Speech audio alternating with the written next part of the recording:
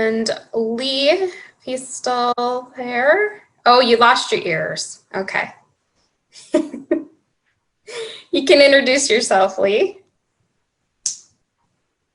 I'm Lee Fleming, Multnomah County Supplier Diversity Officer, bearer of Wolf's Lodge ears, and the immediate past chair of BDI. That's a lot of hats. And we have Deb Matthews on the phone, who's also a board member. If you don't mind introducing yourself real quick. Good morning. I'm Deborah Matthews, co-owner of Pacific Mark Construction and BDI board member.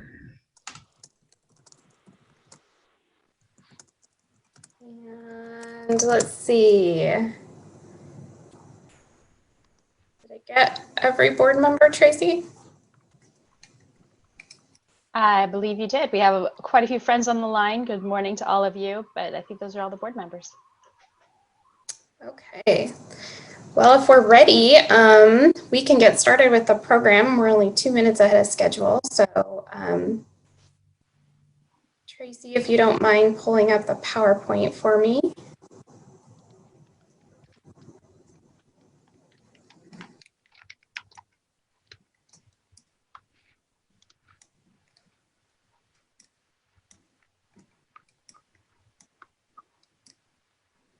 Okay, so who all is ready to learn about a strategy to help you with better team performance and to become a better leader?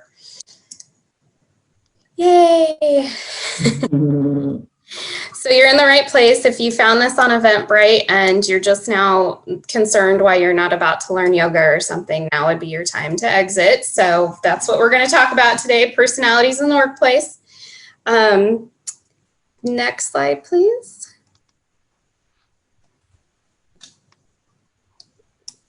So I am the vice chair of BDI, and I am also the program manager for the Disadvantaged Business Enterprise program with the Oregon Department of Transportation. So like you heard me mentioning, that's a diversity practitioner role. I focus on helping small businesses, particularly diverse businesses, get projects in ODOT. We have a federal program, which is the Disadvantaged Business Enterprise program, but we also have state programs, which is aspirational targets. So that could be minority, women-owned, service-disabled veterans, and ESBs as well. But I'll start with just a little more background around where I've come from and why I'm doing this today is because I've had almost 20 years now managing in some capacity. I've been on a few nonprofits. I was a union chair at one point in time, and I've been a manager in 2 different counties and a manager. I was actually deputy director at Secretary of State and then now manager with ODOT. And there is one commonality that I have found is these personality tests. In almost every position I've had in some form or another, whether it was through the union or through my work at the counties, we were encouraged to take personality tests. And I have found it really invaluable in some of the projects that I have done and also in just day-to-day life. I've shared a lot that this has even helped me with my husband, with my children. So I found a way virtually to kind of connect all this with you guys and hoping that it'll be a quick takeaway, something that you can do. We all don't want to be stuck on Zoom for hours on end doing trainings and learning and things right now. I think our brains are getting zapped. So anytime we can condense something into an hour, that's, I think, beneficial. So what I did was, this was actually a program I was going to take to another board that I'm on. I'm actually the chair of that, and it's a government board and to help catalytic leadership. And we usually do this in person. And so I was last week we would have actually been away in person doing this. So what I did was I reworked some of this so that we could do it virtually today. So this picture I have on there is I'm in construction. I love bridges. I think that we build bridges in our work, but we also need to build bridges in our relationships every day. I love this picture because it's just a bridge going into the great unknown. So I hope you're willing to join me today as we start our venture into the unknown. Okay, next slide, please.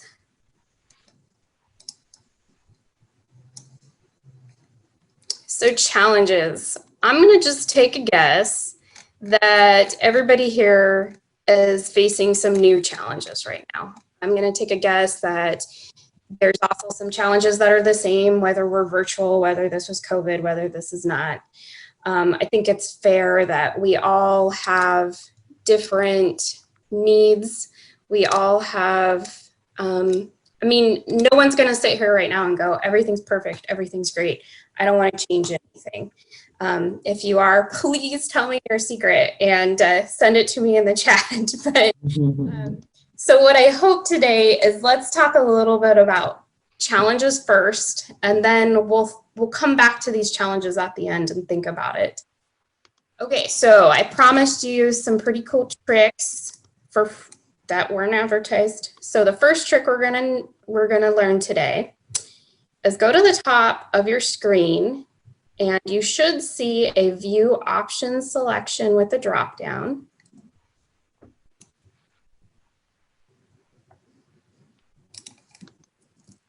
Everybody see that? No. Yes. So if you click on view options, Oh. there's going to be a feature now that lists annotate. Click on that, and you should have a bar appearing now with some items like a mouse, text, draw, stamp, arrow, eraser, format, undo, redo. Oh yeah, everybody's finding it because you're clicking on the screen. Perfect. That was what I was going for. Okay, so what we're going to do in just a second, we're going to use that tool with the challenges page. And then the other tool we're going to use right now is we're going to take a poll. So Tracy's going to send you a poll here in just a second. It should just pop right up in your screen. And it's going to ask you about personality tests. So I just got mine. And then answer your question and then hit submit.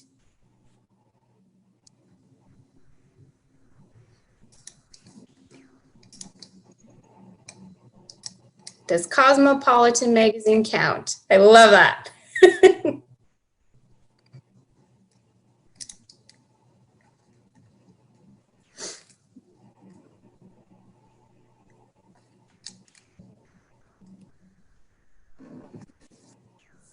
So as Tracy's going to calculate your poll results, and if anybody needs me to stop and walk you through anything, just chime in. I can't see everybody's faces all the time too, so don't hesitate at all to chime in.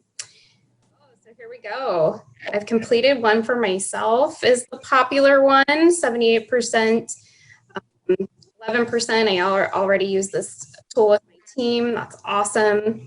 And we're split with first time in Cosmopolitan magazine. I like it. Okay, well we're gonna give you some more tools here to take back and test with you. Oh my gosh, I love this screen. The screen is already cracking me up. We've got Lee on the board with his name. We've got Ron created a dot, like a giant dot. We've got some hearts. I love this. So on these challenges, these are some common ones, right? That we're missing deadlines. People are being disrespectful to one another. Profit loss is a bad scenario, especially in business operations. High turnover rates, and then just overall broken relationships, poor quality of life, distractions. I think that's a huge one right now in the virtual world. You've got kids jumping in when you're on a call, or you've got a dog barking, all of these types of things. But when you're looking at that list, if you haven't already, you can check mark or put ones around your pumpkin, whoever made a pumpkin. That's awesome. We've got some artists. I love this. I'm going to go ahead and clear these off so that we can interact with the content there. I love you. Yeah. You guys you're doing so great with this. Annotate. Now you've got your practice in. I did save a copy of this too, by the way. Yes. So those of you that want to sell this as a side gig for artwork, go for it. Tracy's got the copy. Follow up with her. So let's go ahead and take a second and use one of these features to mark which ones you definitely identify with, but you can also use the text to type if I haven't put one in that you think is really important, or feel free right now to share openly in the chat, or you can chime in. This is time to have a discussion about some of the challenges.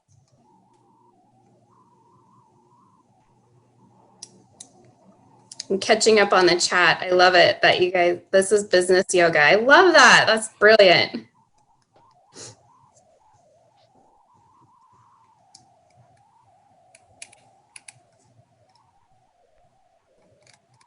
So we're seeing a lot of lack of focus. Yeah, that's definitely a big one right now. Broken relationships. Yeah, that is really hard too. What do you do now when we don't have these real-time opportunities to connect at the water cooler? Oh yeah, frustrations that things done. Yeah, get done. Yeah, totally. There's going to be some really good tools there on how you can help with those frustrations too that we're going to have coming up. So this is great. So keep these challenges in mind as we're going to go through here. And we'll circle back with these challenges here in a bit. If you want to go to the next screen, Tracy.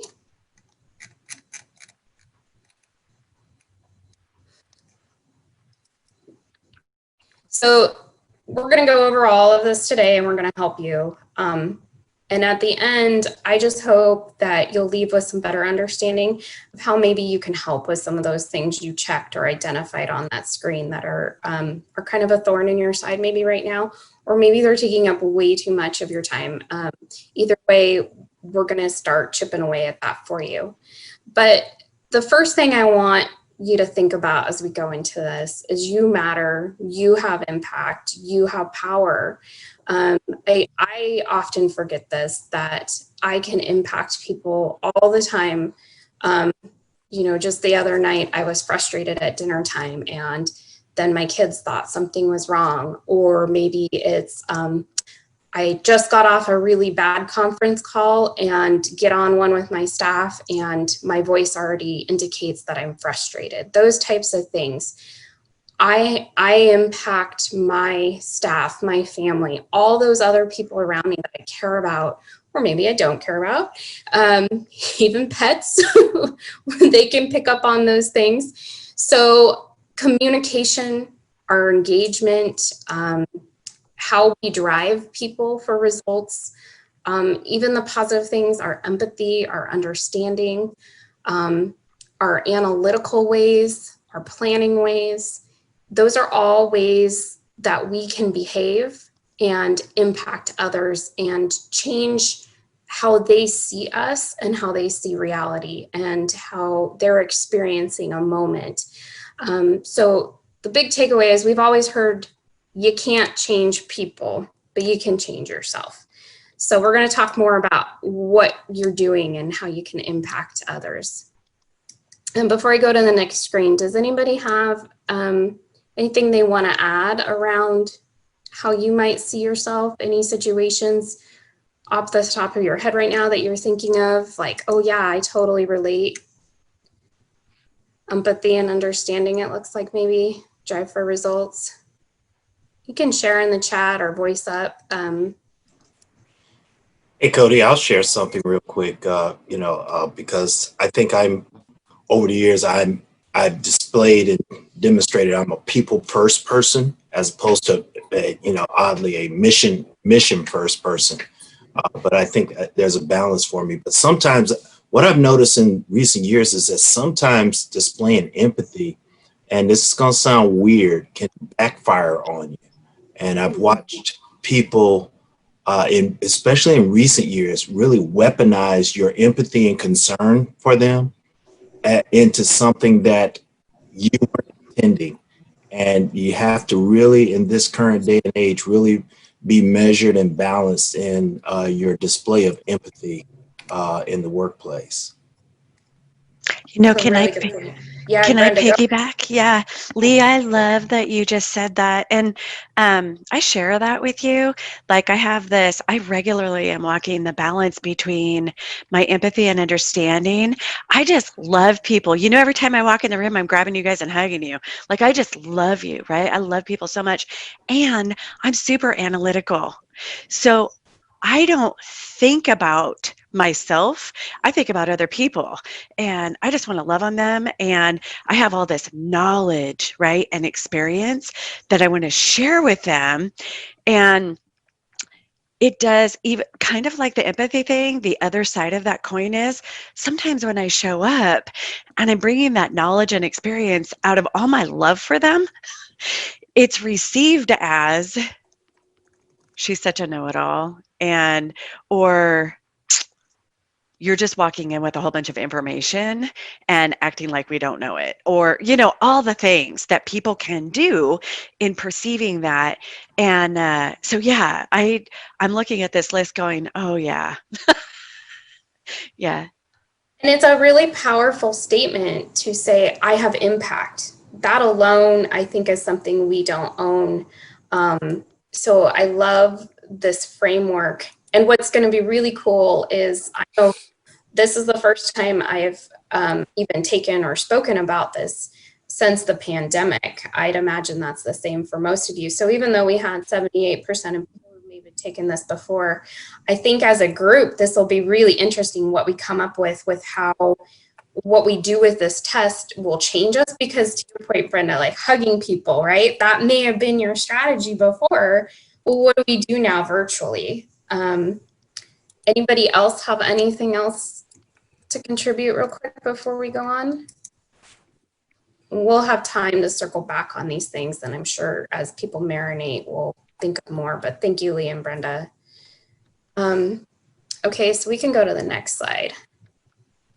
Just Cody, yeah, Ron. Super quick, just one more note that I've experienced this whole virtual environment and adapting, and for my little baby brain, switching the conversations so quick.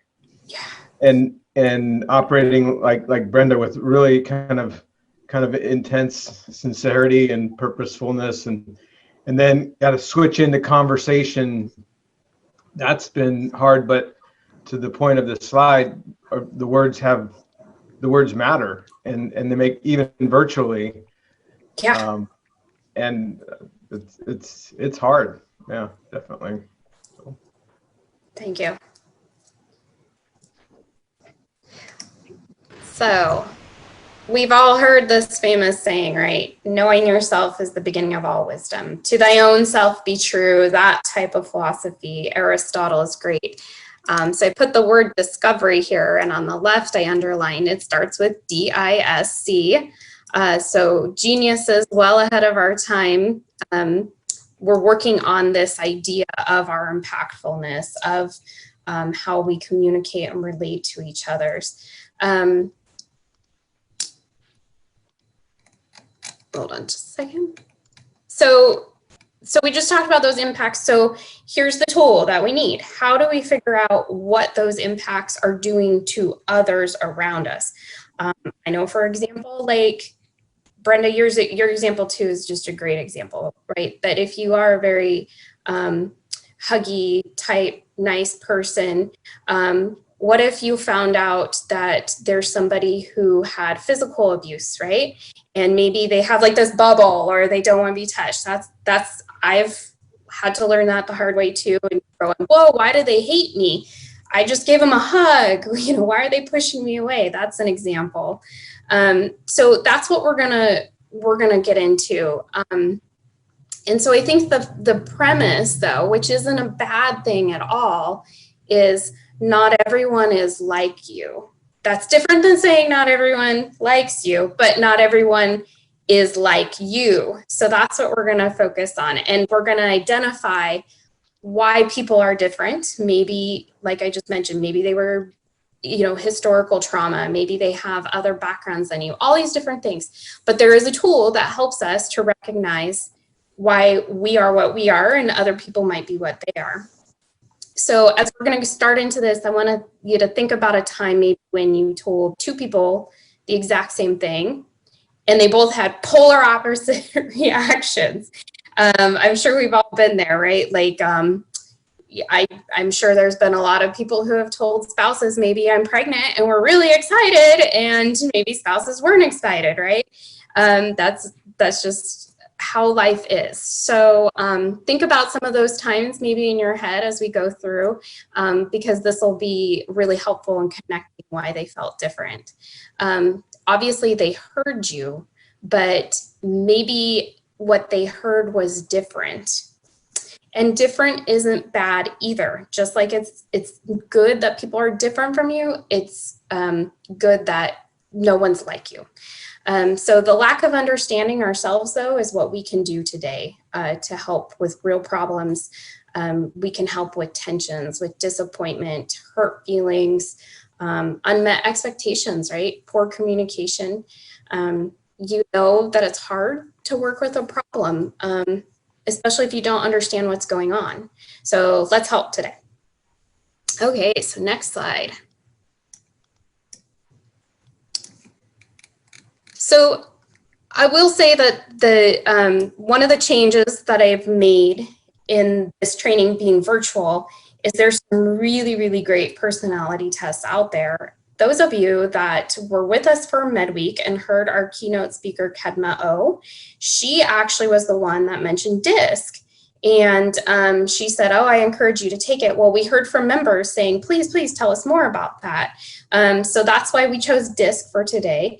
I will also add, it's probably the most succinct and short test to take. So in just a couple minutes, we're going to actually break, we're not going to break out in breakouts, but we're going to break away on our own and fire up the test online, either through our computers or our phones. And it's only going to take like 10 minutes because the DISC is a pretty succinct version. Some of you are probably familiar with like Myers-Briggs. Ron, I bet you could shout out like 3 or 4 other different types, right? I can't even remember all that I've taken, but they all get us to about the same place. And so the DISC, though, is a model of human behavior, and it's a key to help us understand how people behave, and what motivates them is another factor. We're going to help you unlock the mystery behind developing good people skills and also creating better relationships. You will also be able to use what you learn today and take it back to your teams, and it can help with productivity, and you'll be able to relate with others more effectively. So the premise of DISC, like I said earlier, genius naming there, D-I-S-C before discovery, actually came from Dr. William Marston, and he wrote The Emotions of Normal People clear back in 1928. But like we saw wise old Aristotle there, he was already thinking about this stuff for eons. So Dr. William Marston, being a marketing genius and psychological expert, figured let's put a cool acronym to it and make it something that people can relate to.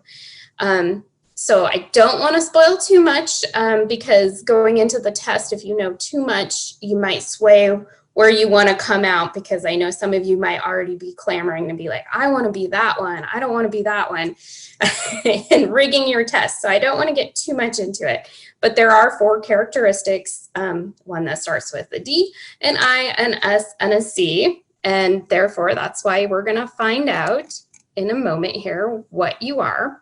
But let's go to the next slide real quick.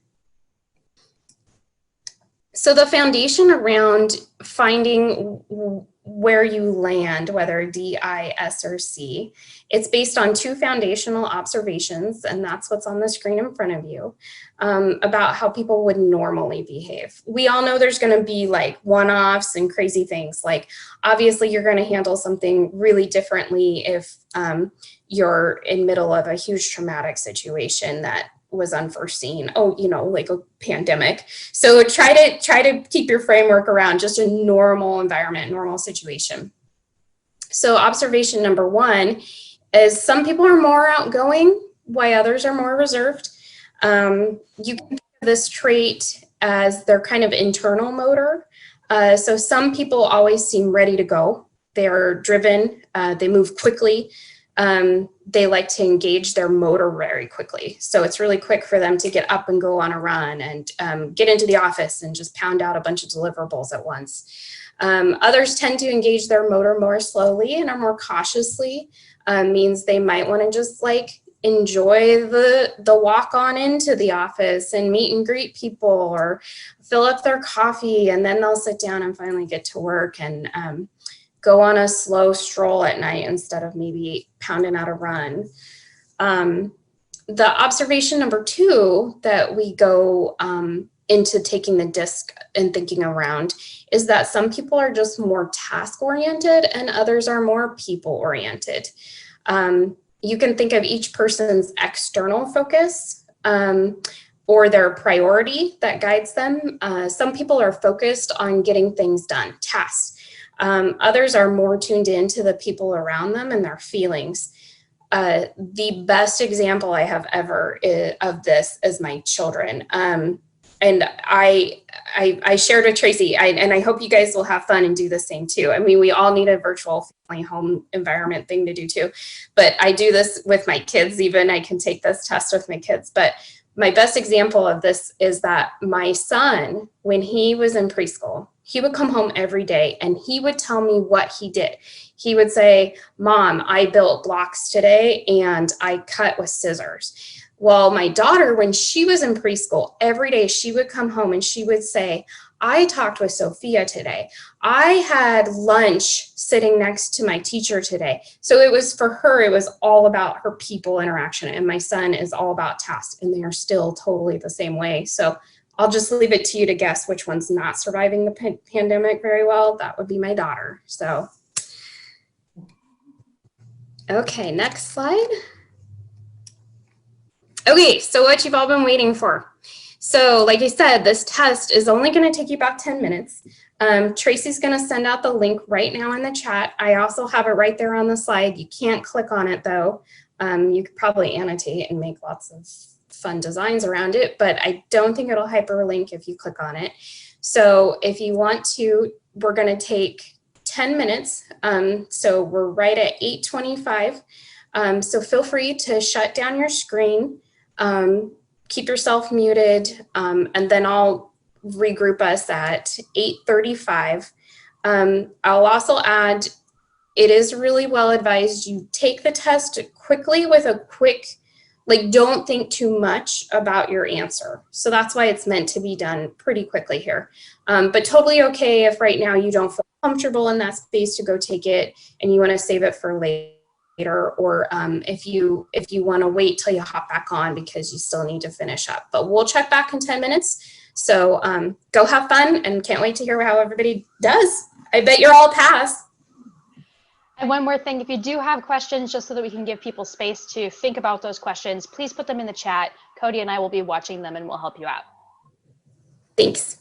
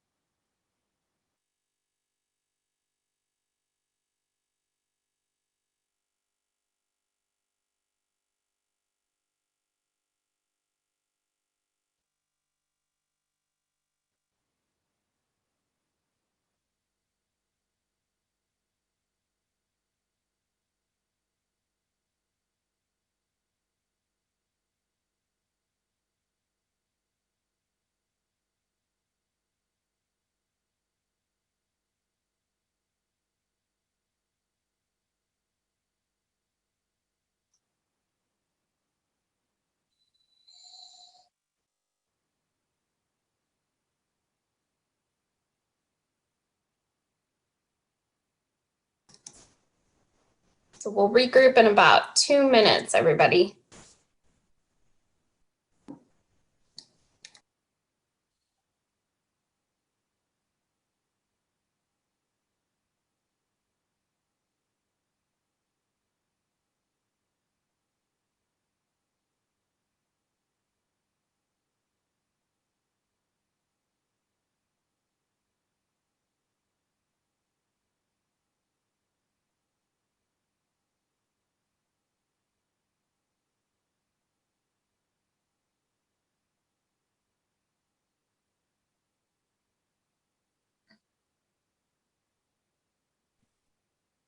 Just want to say, when I click the get results button, it does nothing. I'm Oh, having the same issue. Nothing is happening at all.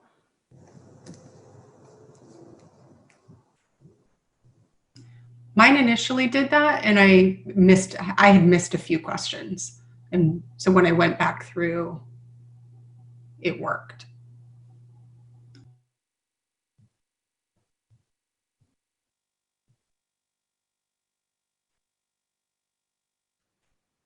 and if we're going to regroup here in a minute, you guys feel free to finish it up or retake it again too. What we're going to talk about, it won't, you won't be like prohibited without test results to proceed. You know, it's not like some of those classes now where it's like, if you don't pass this, you can't get on to the next unit. Yeah, I answered all the questions, and it's, I don't know, maybe too many people doing it at the same time. I don't know. Okay. Yeah, I also answered all of the questions and it's still not working. It's a bummer. It's really good. Yeah. Well, yeah, hopefully you can take it again on another platform. And if you still have problems, shoot me an email. I do know of a couple other links that were a little more lengthy. So, I mean, the test itself just took a little more time. So I tried to find one that was more quick, but so message me and I can get you other ones too. So, You may also continue, just as people are wrapping up, maybe try continue trying to push that button or try refreshing. I'm not sure if that will help either. Sorry to interrupt, Cody. No, that's okay. This is, again, like virtual reality world and real life learning. And so Tracy's going to send out a poll now. I know some of you have been posting, which is awesome. I love the conversation going on. We're going to actually do a percentage then of what you got. So I got to tell everybody, it just occurred to me. So those of you that don't know, I spent 17 years in the elections world, and my main job as an election supervisor was polling and data, and I was in charge of all the data-driven stuff. So I just was sitting here and I was like, maybe this is why I keep taking or teaching this class, is because I love waiting for poll results to come in. And I like, is it going to be D's? Is it going to be I's? Is it going to be S? And especially this is my first general election, not in the elections world. So you guys are giving me my little bit of fix here, waiting on these poll results. I like it. And Seraphine and Gabby, yours falls into what we would expect, our group of error, right?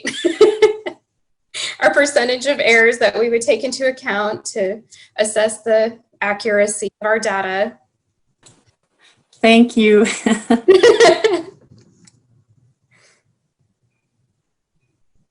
Okay, so if everybody has taken the poll, we can go to the next slide too. Oh, there they are. Wow.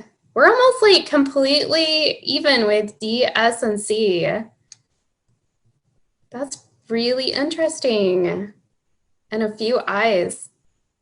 So I'm curious, did anybody get a result at all that said you're not leaning strongly enough towards any of those? Okay. So I was sharing with Tracy that there was one instance when I took this test that it flat out told me you're kind of equal in all four. And actually what that might indicate is you thought too much about the questions. So it advised me to go back and take it.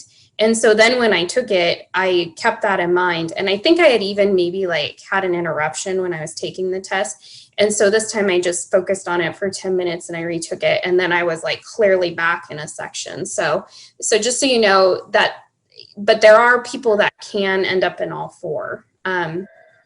So yes, so we're getting great questions here. So we'll go to the slide.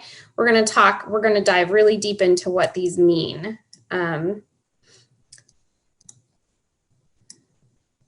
If you could share the next slide, Tracy.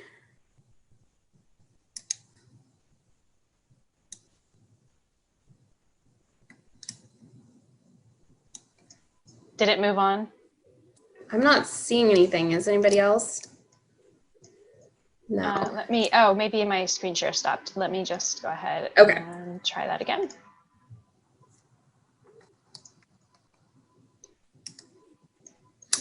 Okay, so let's talk about where you landed.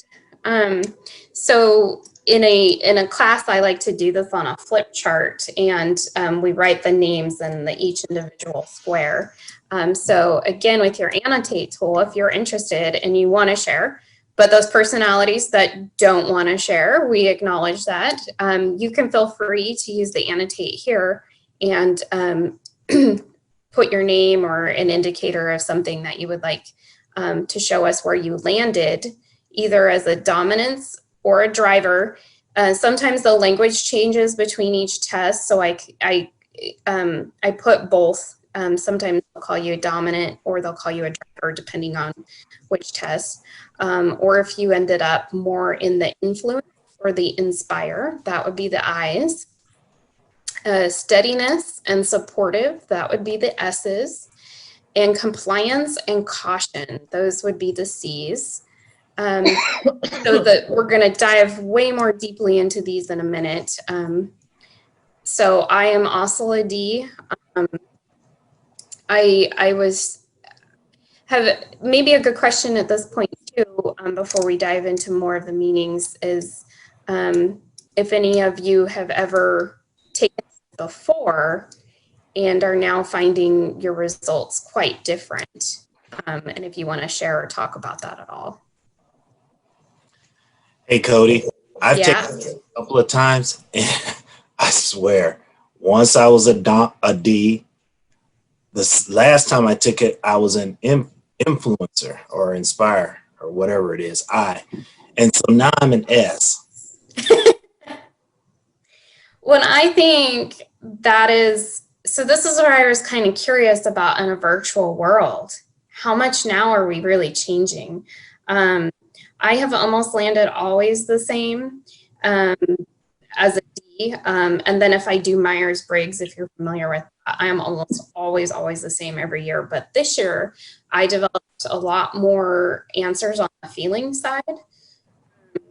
So I think this is why else this is a really important strategy to review a lot. And especially right now with COVID and the pandemic, I think this is a good one to kind of check in with ourselves. Like, now that we've had months with this, what are we different about? You know, we were chatting before we began around we're not as concerned about our makeup and our hair. Now we're not concerned about what we're wearing.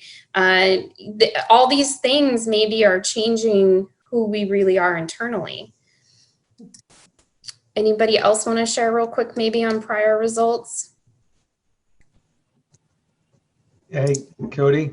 Yeah. What I found with these is sometimes it's good to kind of get a characterization, but it's hard, obviously, to answer just the questions that they have there. Right. So sometimes the danger that I've seen is you sort of bucket yourself. You think, well, this is telling me this, so I have to be this. But you can actually be all of the different ones, and it's not just like with strength finders. Your top 5 strengths are discovered in the test, but you do have the other strengths. It's just, this is what's sort of in that moment in time, sort of percolating to the top, if you will, with the questions. So it is a little goofy, and I think you're right. The pandemic is forcing us to kind of rethink about how we're answering the questions, because it kind of depends, right? But you don't get a choice for it depends. Yeah. The hard part. And Susan just added in the chat, you know, I believe when I was younger, I would have fallen in the D, and oh, I totally do that same thing too. Like Cody at age 5 would have been way different than Cody at age 20 versus these are all great things. And it's just, you know, it's just that exercise of getting yourself to think about yourself. We don't allow ourselves that. And something else that I like about this is we keep hearing about mindfulness and giving ourselves space and all these things, but how are we really doing that for ourselves? So this is one tool.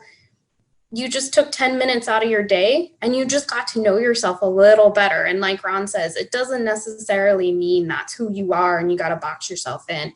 But think about that. Pat yourself on the back right now. You just gave yourself 10 minutes thinking about you. Like that's a really cool thing. We don't do that. I know all of us here are busy working people and trying to make it through all this. So good job. So as you see on the screen, some of the images I picked dominance. You can kind of think of that going back to my bridge reference, and I like these ideas of picturing water as what might be a good imagery in your mind. But like the influence and the inspire, when you're touching that water, you're creating that ripple effect. The dominance in the driver, the big wave coming along, crashing on the shore, steadiness and supportive, the really calm, collected, cool water, and then compliance and caution there. You know, you're gonna test the water, you're gonna dip your toe in it. So the dominant force usually is outgoing and task oriented. That's what a D is. The I, you're usually outgoing and people oriented, you're inspiring. Supportive is the S, reserved and people oriented, and C is cautious, reserved, and task oriented. Okay, so we can go on to the next screen.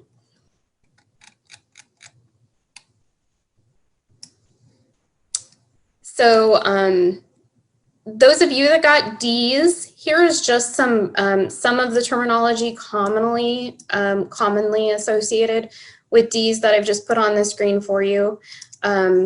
Outgoing, task-oriented, focused on getting things done, likes accomplishing tasks, gets to the bottom line quickly. They're the people that might say, make it happen. I's, your influence and inspiring, outgoing, people-oriented, loves to interact, likes to socialize, have fun. And they also focus on what others think of them. So D's and I's, this is your chance to chime in now. What do you think about that list? Or maybe in your results that you got, what other terms would you maybe see in there for yourself? How did you feel? How did you identify? You can just unmute yourselves and share.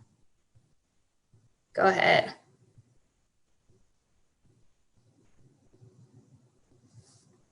I'll share. Looking at the list, I'm a D too. And dominance being task oriented, it's interesting because I also have ADD, so having tasks is actually sometimes more difficult. And so I'd almost shift that to say results oriented, because no matter what I do, I'm wanting to see results out of whatever is happening, which I know comes from completing a task, but when I see task, I think list. I try to work with lists, and it's always really difficult. Thanks for sharing. That's a really good point. I like that. Yeah. Can you hear me? Go ahead. Okay. Well, I feel really the test didn't have like too many, I guess, like different choices.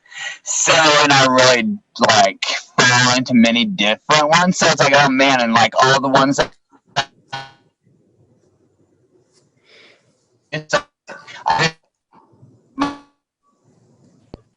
So I was like, oh man. So it's like, I know I'm going to get a bad answer on this one. So yeah, an interesting test. Yeah, thanks for sharing. Yeah, it is tough, right? I know like you fall into that trap around well, that's not what I would do. It would really be in this gray area, or it'd really be that. And I think we find ourselves thinking about that in real life all the time too. Yeah, and like I said, if you want to dive out on the internet and find some more that are much more lengthy and in depth, I've used those as well. Any other D&I observations that you felt? Anybody like really offended that they were a D or an I?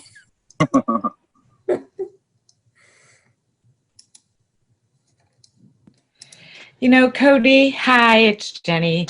Jenny? I think sometimes there is a misinterpretation of what dominance or D is, because I have at times been accused of not being compassionate enough. And I am, you know, and I think just because you are goal-oriented, or just result oriented and trying to get the things done doesn't mean that you're not actually thinking about that particular team member's you know, what they're feeling at that time. So I do feel like sometimes dominance gets a bad rap. Yeah, and I like the terminology of driver a little better too. I think that one's a little more. Yeah, no, I read a lot of those D ones too, and I'm like, I'm not that mean. Or abrasive. People will think, oh, okay, you're dominant, you're abrasive. I'm like, okay. Yeah. You know, sometimes that does fall into play, but it's not 100%. And there are days that I wake up and I'm like, I am not a D at all today, at all. Oh, I agree. Yeah, it happens to me too. Okay, let's go to slide 2. We'll have some more time to talk more about these two and reflect a little bit. Let's go and look now at our other halves: steadiness and supportive, and also compliance and cautious. So you see the list there. So S's are usually reserved, more people-oriented. They enjoy relationships. They like helping and supporting others. They prefer working together on a team. Compliance and cautious people are more reserved. They're task-oriented, but they seek value. They want consistent and quality information, and they like being correct and accurate. Any S's or C's? What are you thinking about when you see this list? Any want to add? Any don't like? Cody, this is Debbie. Hi, Debbie. So I ended up as an S, but what's interesting is I feel like I really resonated with the dominance driver, but I will say that I don't know if it's the pandemic or slowing down, you know, aging process, how things change and your perspective changes a bit. And so I don't know. I mean, I feel like I fall into this in some ways, but I also fall into the not as much as I used to. Like I was definitely a total driver, and like Mariah, I have ADD, so it's a little bit like squirrel. You know, you don't know where you're at. So yeah, it's just interesting. Great observations. I had an instructor once that said, I told her, I said, well, I just took this a year ago. And she was like, no, please take it again. She really emphasized that importance. And like I said, yeah, I think it is interesting. I identify things in myself that have definitely changed. And then that helps me realize too, I'm growing as a person. And, or maybe I wasn't being crazy, that I was feeling more sad or, you know, more changed or something. Right. I think the pandemic has brought more compassion, more, you know, we're all in this together, yet really seeing how you can help someone in a small way, And, Right. and I think that's where maybe I've shifted from the driver, let's get it done, to wait, let's slow down. How can Right. how can we make it through this all together? Yeah, I think back to that imagery of the water, of the ripple effect when you touch it. That's what I feel more in tune with myself as well. Like I'm wanting to be more in tune with that than my crashing wave. And there's no steadiness calm right now on virtual schooling days, and that calm water isn't happening, man.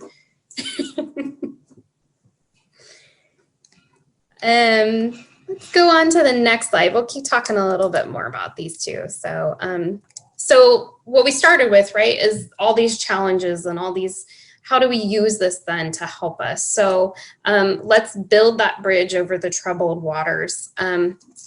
And how can we take what we just learned and apply it now to a situation that can get us across that bridge as well? We can go to the next slide. So here this is the cool takeaway besides the cool annotate tool that you learned and Kelly's costume tip at the beginning. Here's your key that people pay big bucks to go have a psychologist or a professional work with them to help them develop, but you're going to leave with this today. So what you see on the screen in front of you, these are your key insights. So if you're able to recognize what personality somebody is, you have just a couple quick tools at your fingertips of how you're going to interact with them to get better results from them, a better reaction from them. So this is why I'm saying if you want to take this tool back to your family members, to your teams, your businesses, you want them to be able to do what I just kind of did for you on a screen. Tell us who you are, if you're comfortable with that, so I know where you are. And now, so let's say Deborah, I'm going to use you as an example. Let's say Deborah takes this to her team meeting next week and they take the 10 minutes and they take the test and she finds out that a particular person that she's been having issues with on her team is an S. So maybe Deborah can go, okay, so on this chart right here, it says an S, they want to be met with friendliness and sincere appreciation. Oh my gosh, I just realized I haven't been thanking that person at all in like 2 weeks. So now Deborah can go, okay, so today what I'm going to do is after our team meeting, I'm going to follow up and I'm going to say, hey, thank you so much for showing up every day, for being present, for helping us learn.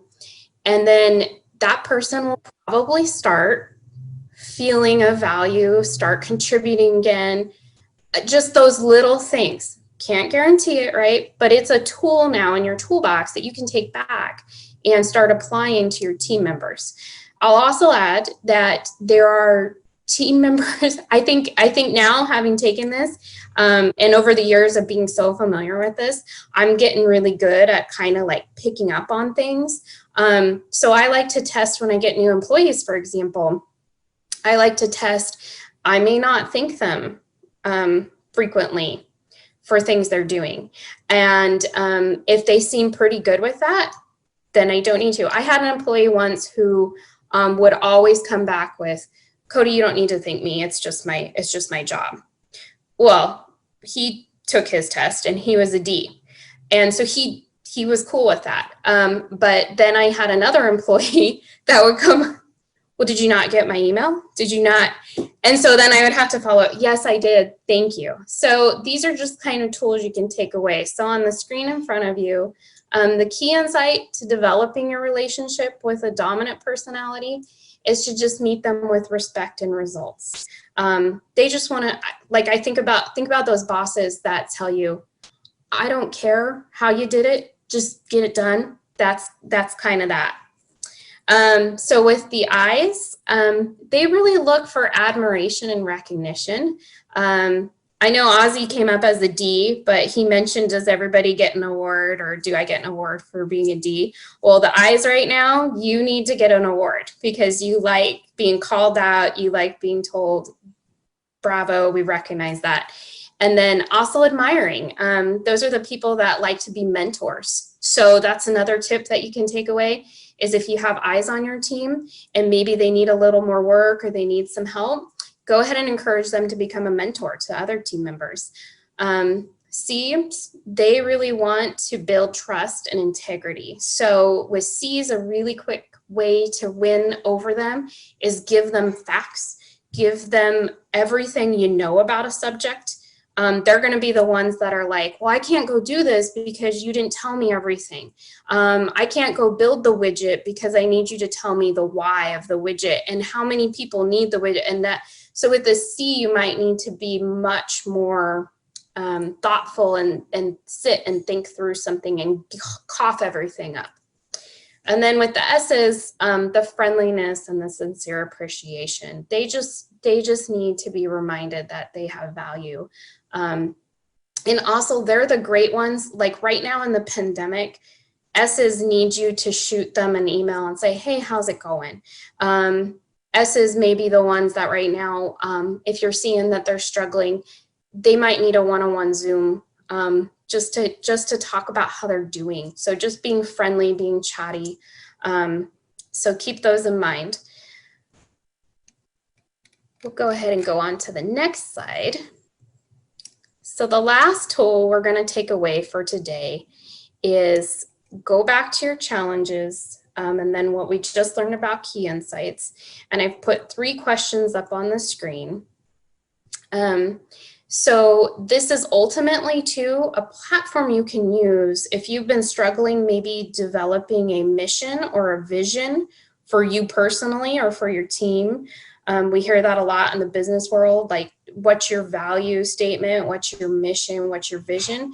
So these are 3 questions and what you learn that you can take away and build from for the rest of today. So know your style, how you can ensure you have impact. Remember, we talked about impact, so know your power to impact people. And then how can you identify that impact as situation and challenges arise? And what will you need to do to make sure that situations and challenges become a priority?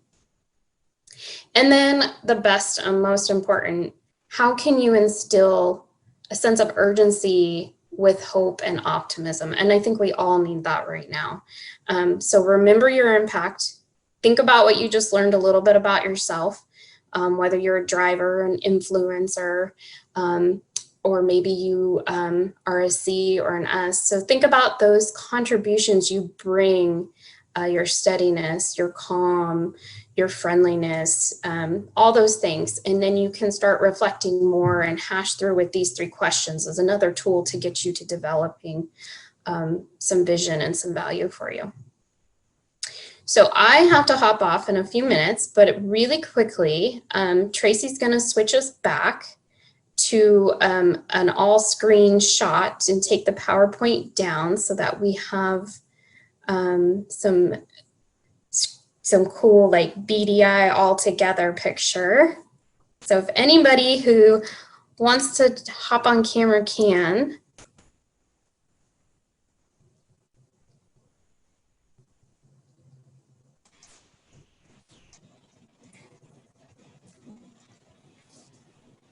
Okay. Everybody smile. I'm going to take a picture now.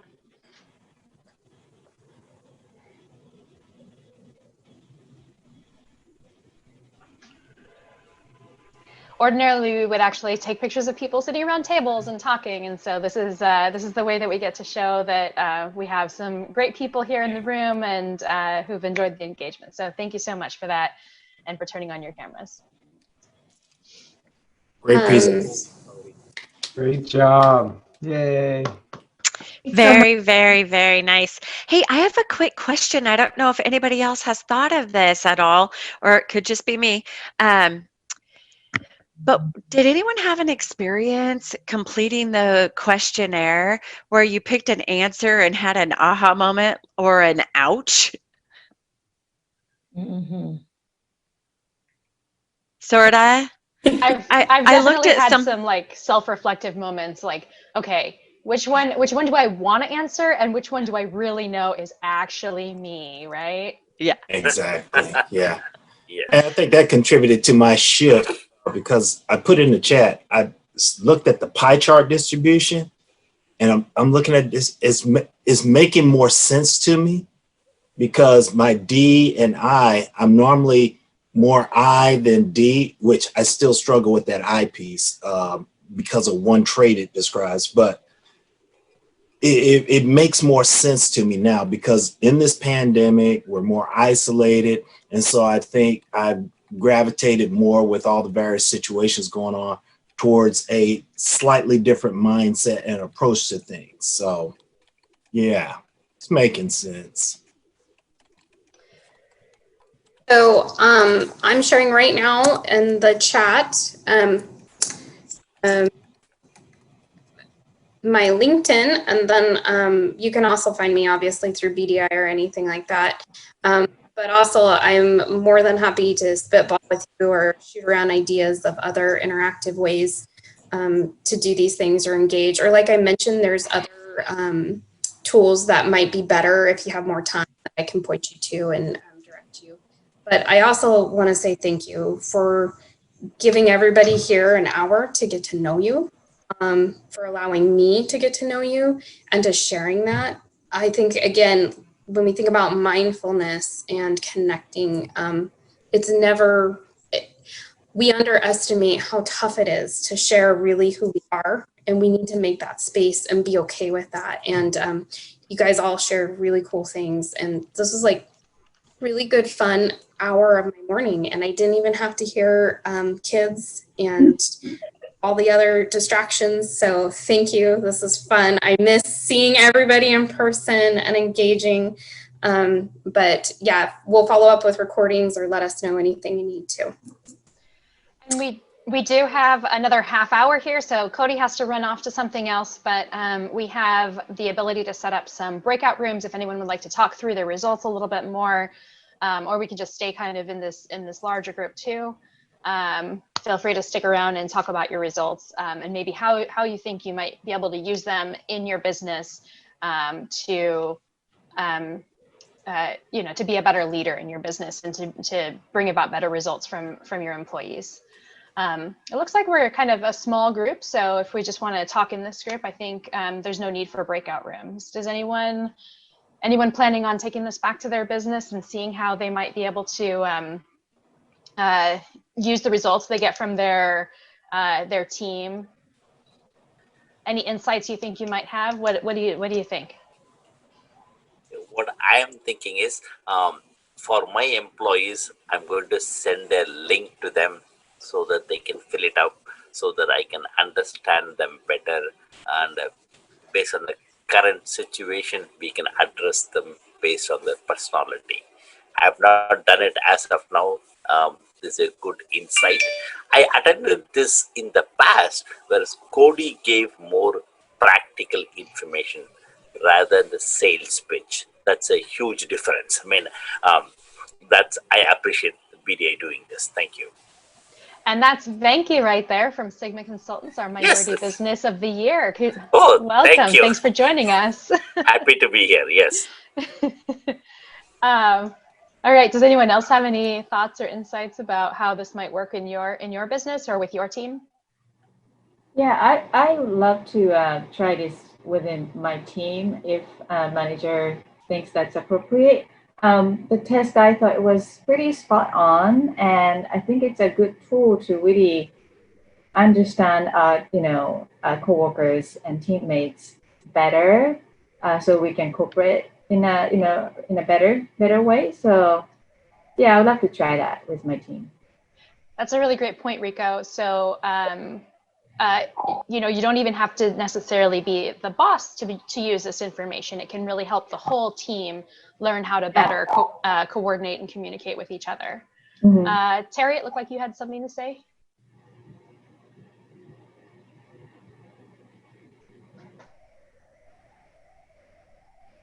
Can't hear you if you're talking.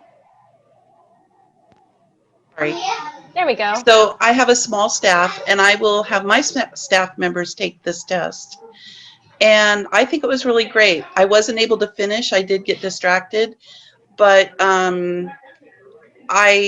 I could tell what it's going to end up. I know exactly how it's going to end up. And I also want to say that Cody had mentioned that she didn't hear kids. Well, we have lots of kids here. I have a preschool. That's why I got distracted. And today they all came to school dressed up in their costumes. And it is absolutely precious. How It's so fun. cute. Thank you for sharing. Go ahead, Mariah. So I have a little bit of a different approach because I don't have employees yet. My firm's growing, and so I probably will be hiring soon. So it's pretty much just me. But in a financial advisor capacity, I've worked and done the DISC assessment before, the more in-depth one. But it definitely helps with figuring out how to communicate effectively with my clients in order to provide information in a way that is best suited for them, especially when talking about, retirement planning and wealth management. Everybody, analyzes and needs different information to feel like they understand what's going on. So DISC has been super helpful in being able to identify the different personality types. So as I'm, sharing and talking with my clients, I'm doing it in a way that works best for them. Yeah, you bring up a couple really good points there. You don't just like Terry said, and like Mariah saying, you can kind of figure this out without necessarily taking the test. And so if you really understand these personality types, and you can observe the how they manifest in the way that people interact, then you can start to apply some of the recommendations for how to interact with those people, even if they haven't taken the test, and you can really speak to them a lot better. And your interactions can just go a lot better. So that's another way to be able to use this test, is just being able to understand what the personalities are. And then you were talking about growing a team, and as Cody and I were getting ready for this, we were talking about how she and her team took the test, and everybody was a D, and she was like, well, yeah, of course.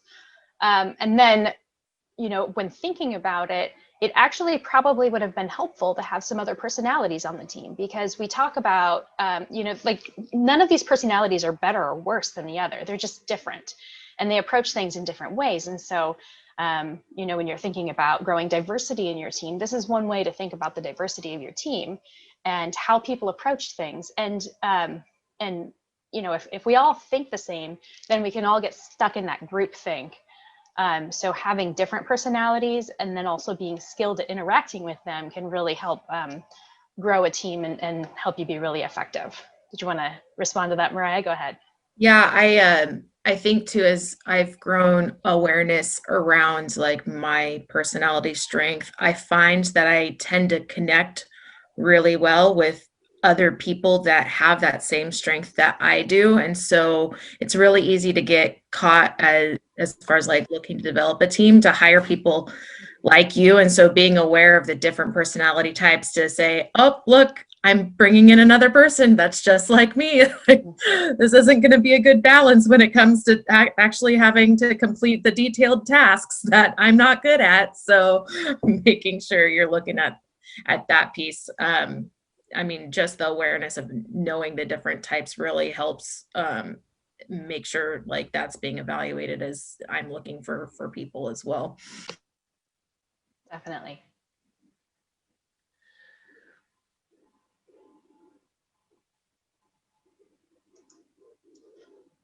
What else did you learn today about the test? And I definitely encourage you to read through those full sheets. And remember, most people are not 100% in one category. There are only 4 categories. There are many more than 4 types of people. But, thinking about kind of general, really helpful information for us. Was there anything that really you thought, oh yeah, that's why, or I hadn't really been able to explain it, but that's really the thing that I've experienced a lot, and this must be why, or any sort of realizations like that you had in reading through those results? it actually seemed to help me categorize different characteristics, different characters. So it was good. Great. I don't know if anybody else. Oh, you go first. Rico, were you going to say something? Oh, it's okay. Go ahead. Well, when I saw mine, I had to take it like 3 different times and then do it on my personal computer because my work one has a firewall. But I saw mine and it had a D there, and I know that I'm a driver, right? I know that about me, but there's such a negative sort of connotation to that right now. That is my personality, and I look the way that I look, right? And so, and I have an abundance of energy, and I show up in a room. Tracy's laughing. She knows this about me. I show up in a room just with all my little bag of tricks here, and I'm ready. Like, let's do this, right? And lifting other people, and hi, tell me about you and who you are and what you do, and I'm all ready to dive in, right? And wherever they want to get started and help them get connected, and I can sense how their speed works, right? The pace that they're going at, and I'm ready to get there with them. But something I caught myself doing during this test was, as soon as that result came up, I instantly denied it. I instantly wanted to argue it and say, I'm not that. I'm actually loving and kind, and I'm patient, and I'm gentle. But it's not that I'm not loving, or I'm not kind, or I'm not patient, or I'm not gentle, because I am those things in my heart. But I did just want to go, I really want to show up those things, because that's what other people want right now. They don't want what I've got. In this environment, right? Being a driver is oftentimes spun as being dominant or dominating other people. And I have no intent in anything in my being to dominate other people or be dominant. So this was powerful for me. And now I have to go back and do some more reading, because I really care about how to show up well for others.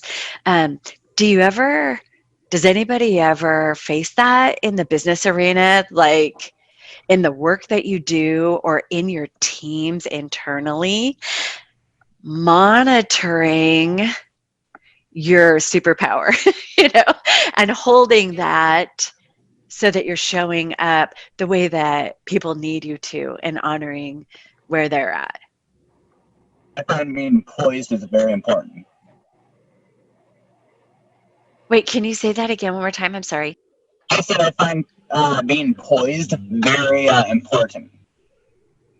Can you say more about that?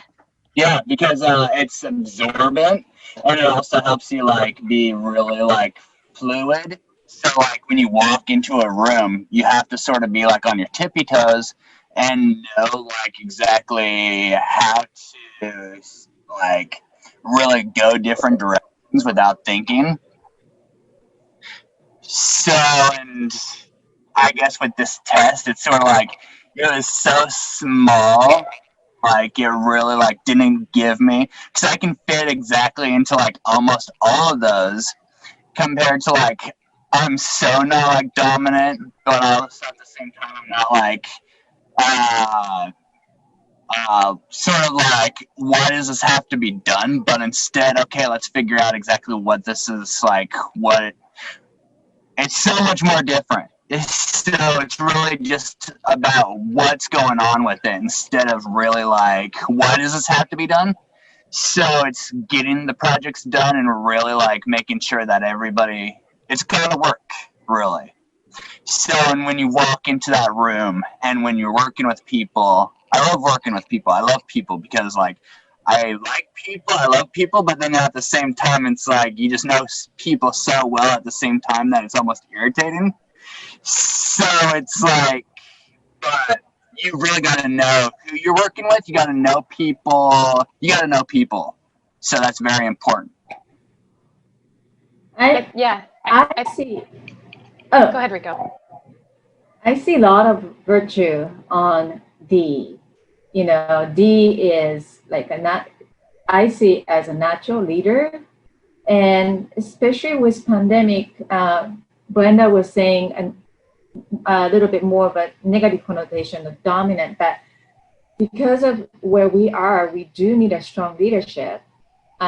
So I'm not a D at all. I totally feel, I know who I am. And so I admire people, you know, with deep personality. I'm an influencer, and this test I thought was pretty spot on and kind of reaffirmed who I am. So yeah. Yeah, I think it's important to remember that if you take all of the characteristics to the extreme, they can be bad. But we need all of these different characteristics. And as Rico was mentioning, you know, in this situation where we are, if it can be really, like, the characteristics that Ds have can be really helpful to the people who are more reserved and introspective and really need that personal connection. And we just don't have it in the same way. And so the Ds can need to be aware of how to express themselves to the other personality types, but by understanding what they need and using the skills that we have, and I say we because I'm a D as well, then we can help drive some of the work that needs to happen. That if there were no drivers there, and I like the word driver better too. You know, it might be easy for some things to kind of just slow down like a lot, right? A lot of introspection, a lot of in this world where we're so isolated. So I think that there's power to all of them. Also, throughout my career, I've learned a lot more about myself, and I've had to learn how to not be such an exaggerated D, and be able to stop and ask people, how are they doing? What's going on? Create silent space for people who need a little bit more time to gather their thoughts and prepare what they're going to say. So I think that you know, it's understanding yourself and understanding other people's personalities. And just because you measure one personality, it's because that's your first instinct. That's what you go to. It doesn't mean you're not capable of the other things. It just means that those are the things you have to think to do. I think it's going to help me in my business with not only with my employees, but my subcontractor. Even through just our transactional emails, you know, sometimes I'm really just matter of fact short, like, just get me the stuff, right? But then I have to reread it and be like, okay, maybe good morning, or, you know, put something nice in there, because really I'm more about get the results. Same with my employees. I can go up to someone and I'm getting sort of a vibe of too much. Like, you come in and you're like, good morning, and they're like, I'm not awake, go away. So I'm learning, and this is going to be really helpful, is learning how to interact with them on their level, in their space, because I used to think, oh, they don't like me. I wonder why they don't like me. But when you're like, my sister is very introverted, very quiet. And when I get in there and I'm like, hey, she's just sort of like, God, please don't, please stop. And so I have to bring it down a notch or two to get to her level where she's willing to open up and really be herself. So I think this is going to be really impactful, having my team take this and being able to discuss our differences.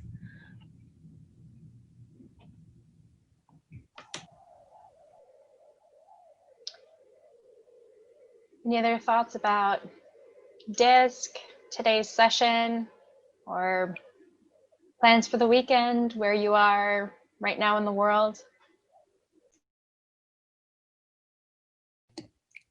Making a last-ditch effort to clean out my garage before the rain comes. All right, good job. I'm sending my good vibes your direction.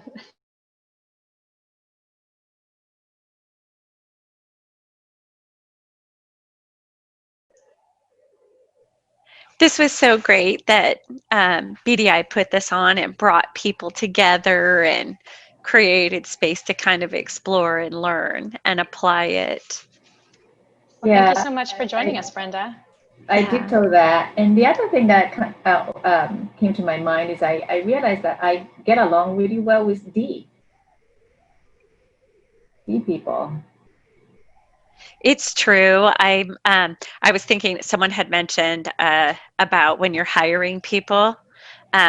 There was a gal who was talking about I noticed that I keep hiring people like me, but I go the opposite direction and end up clicking with people who are different than me on a regular basis. And it just feels so complete to do that. So like Rico, I do get along really well with I get along well with people. I'm just a people person. But I do love that, having that. It's so complimentary,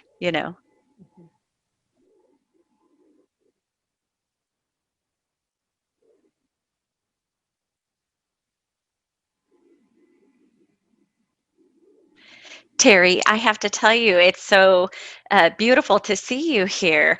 My mom is a businesswoman too, and I love seeing you and Tracy on the screen together. And it just makes me a little bit homesick for my mom. She'll be here next weekend. But I never even thought, gosh, how wonderful to share this experience professionally and personally at the same time. That's terrific to see.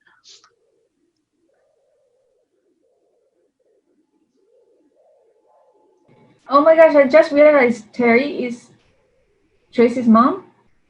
Yeah, that's my mom. I introduced her. Oh my at the beginning, but yeah, well, my mom owns that's so cool. My mom owns a preschool, and you can't see the resemblance with the mask on, but if her mask Yeah. she has to. Okay. So if you see, we're same hair. Yeah. Yeah. So Terry owns a preschool, and so I thought, and they're working very closely together. It's an in-home preschool, so all the staff is working in her home, and I thought, this might be a good thing to bring about the personality test, and just like everybody, be able to react to different people's personalities, know a little bit more about them, and use the tool as an effective management style. It brings up super quick the value of these type of interactions in business networking. Tracy, you hear me say this. Rico, you probably hear me say this. It isn't that we can directly do business with each other that makes it such a win. It's that we're in relationship with one another, because oftentimes we can do business with folks that or you can do business that folks we know. So my agency is the licensing agency, right, for lots and lots of childcare providers, and we contract for childcare providers, and we provide employment-related daycare assistance for businesses, right? So that their employees who meet, or business owners, right, who meet income eligibility can engage in daycare services. And so, where we typically wouldn't say, hey, historically, let me say, it is typical today, but historically we wouldn't have imagined to see childcare providers in our business networking circle. But today, because we've grown so beautifully in the diverse array of businesses that we interact with, it's commonplace. It's natural to expect child care providers to show up, or elderly care providers to show up. And I'm so grateful to see you here, and I hope we get to see you around more. I wanted to say, I see Terry had a question. She said, do you have information about what personality types get along with others? Yeah, and I was as Brenda was talking, I was just trying to type in a result, but thank you for bringing that up. I'll go ahead and address it. I think that all personality types can get along with all the other personality types, and it's really just about being able to understand themselves, growing your emotional intelligence, being able to understand yourself, and then also understanding other people. And so reading through that results page, I'm just going to look at the bottom of mine. So for example, there's at the bottom, here's what to expect from this type of a person. And, you know, if you kind of read through those and say, oh, you know, Trace is a D. It doesn't look like she's showing empathy right now, but that's just her thinking about tasks and her thinking about results and getting things done. It doesn't mean that she doesn't have any empathy. It's just that's what she's demonstrating. So being able to recognize other people's personalities, and then also, like, for me to recognize myself. Okay, if I'm dealing with someone who is a strong, maybe the C personality, then I need to pull some of that stuff back, and I can still focus on results and I can still focus on tasks, but I really need to check in with them, and I need to see how they're feeling about it, and I need to see how they're doing with it. And so it's I think if anybody who is going to be strongly in their category and not consider others won't get along with people. It's not about what personalities will get together.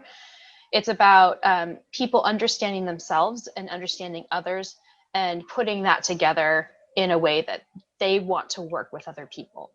So I think as on a team, we can also, as if you're in a management position or a position of influence, you can also observe when things are going on, and you might be able to say, like if you implement this in your workplace, then you can kind of create a common language around it.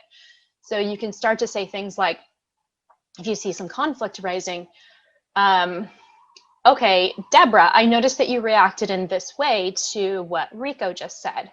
And I just observed that Rico was, you know, exhibiting her whatever characteristic. And so Deborah, maybe you should think about how Rico, you know, Rico's personality when you're reacting to her, and Rico, maybe you can consider Deborah's personality and know that when you're interacting with Deborah, you should really play to her strengths in this way, right? And so that wouldn't necessarily be something that you'd call out in front of everybody. But if you can have those side conversations, then I think that's one way you can help people start to understand each other a little bit better. Does that make sense? Did I? Okay. Great. Well, thank you so much for sticking around. This has been a great conversation. I've really enjoyed this this after conversation as well.